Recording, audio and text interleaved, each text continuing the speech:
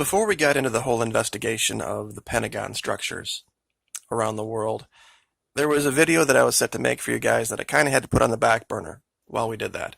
And I wanted to get back to this so I don't forget about it. I've made the allegation that there is more than likely an active civilization under the ice in Antarctica. It would be a foreign concept to, I guess, modern man that this could occur. There was a great deal of knowledge lost over the centuries, over the millennia, and if they are who we believe them to be, they could be so far advanced that this would only be a minor inconvenience. They've probably had to adapt. The way they live, how they operate, could be completely foreign. The only analogy that I'll make to this is that prior to the invention of the car, which was around 1900, man got around basically the same way that man got around in the times of Jesus. Thousands and thousands of years, horses and carriages. And then some guy came along and said, well, we can create a carriage without a horse. It's going to run on corn oil. We're going to take all this corn, instead of eating it, we're going to distill it down into oil, and we're going to dump it into the machine, and then the machine's going to light up all these explosions. And at that time, that would have been grounds for being committed, making statements. Yet look at 120 years later where we're at. Now, this is what I wanted to show you. Now, many would say that's just the way snow drifts. But it looks vaguely familiar. Do you notice how the snow is drifting around certain areas and not around others? You see, if you're making the allegation that these are just random blocks of snow, then tell me, why is it almost all of these random blocks of snow have places to walk in? There's a hole here on this one. And I can show you dozens more. Here as well. Almost every single one has something that looks like a door on the side of it. Some way in, some way out. And very strange things around it as well. Things that almost look like different types of craft.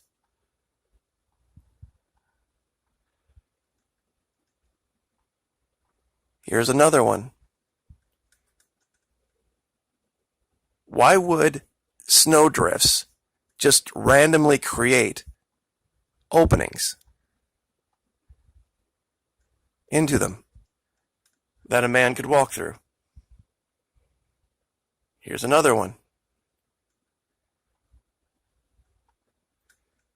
Here's another one. And you go through each one of these blocks, and literally every single one of them has a door. Now, I've seen snow and ice act in very strange ways in very cold weather. And yeah, can it make these kind of, I don't know what the word you would use for, kind of jagged structures? It sure can. But with paths and doors and walkways on literally every single one of them? See, this is the more mundane, not so exciting evidence of life. I mean, there's very few here that I can't show a doorway into. Some way to navigate in and out of. And as you pan out, it starts to make sense. I can show you 6 just in this picture. One here, one here, one here, one here, one here, another one here, maybe more. This looks like straight up a neighborhood, just covered in ice and snow. You know, that they don't make themselves part of our society? Well, can't really blame them at this point. But I'll show you a couple other things before we get out of this video. Now, this was kind of a tough one because there were so many different things in the area. And it all just kind of looked the same, like it's frozen over. There's water, and for some reason the ice here is very clear, and you can see through it. But I noticed something, and tell me if you kind of see the same thing here. I'm just not sure if it's just not me. Does this right here not look like it could be a modern aircraft carrier? You've got the tower, you've got the launch platform, and this one here, and they look like they're grounded. I mean, look, I'm not making the allegation they're in use. But these look like ships of different style and type that maybe were flash frozen.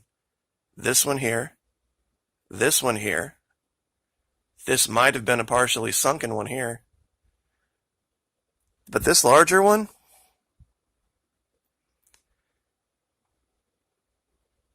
I mean, maybe they had the same idea we did at one time. I do know that there was an idea that was, pardon the pun, floated around in World War II about creating an aircraft platform literally out of ice that they could get these large chunks of ice and carve them away and somehow put propulsion systems on them and use them, for periods of time, of course, until they would, they were going to mix the ice with sawdust or something like that and glue, and it got shot down. It was something that was floated around during World War II. But this looks like 4 very distinct ships in clearly a state of disrepair. But I don't know, what do you think? And right next to it, when you talk about the flash freezing and the things that could happen,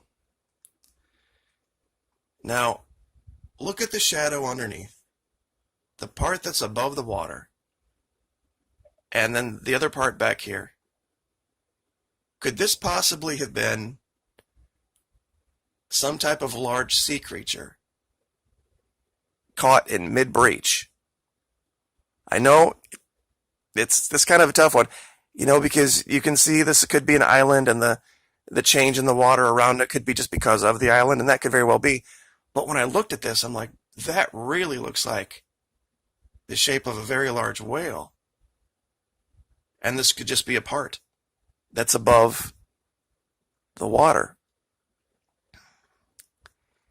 And what's the last thing? All right.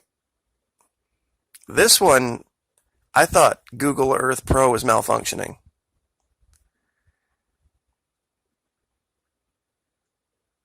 Because it doesn't allow you to draw polygon and get distance below sea level. Now this thing is a perfect triangle, but it's 5,000 feet below the surface of the water. Right now, you're looking at it from eye altitude negative 3,839 feet. And it's just very weird, this perfect triangle. The only way you can kind of really draw, and let me see if I can show this to you. I'm going to pull out the ruler tool, and I'm just like polygon to draw around it. Now it doesn't look like I'm drawing, does it? But the numbers are popping up. Now watch what happens when I zoom back out. You see, I did draw the polygon,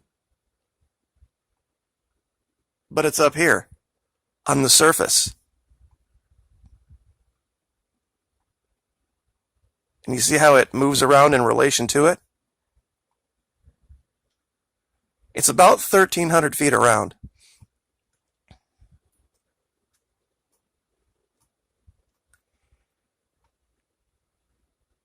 And I can't tell by perspective whether this thing is actually below, like this part of the triangle is below the seafloor and it's dented down in, or if we're looking at the shadow of this here. Because it doesn't seem like this would cast a straight line shadow. But it also doesn't seem like this straight line would cast this jagged shadow. But it might, depending on the angle of the light from the left. So very, very weird. And right next to it, something here that's got this purple glow to it. I can't really explain it, but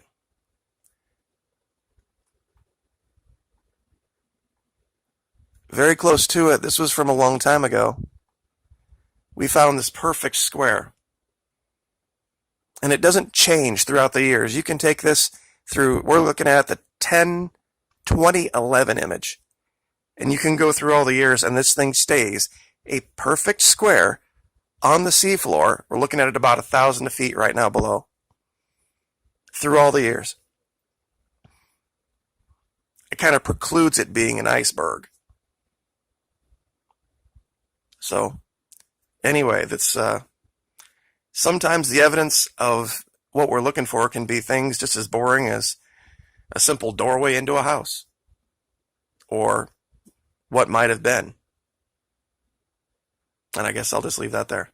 Like, share, subscribe.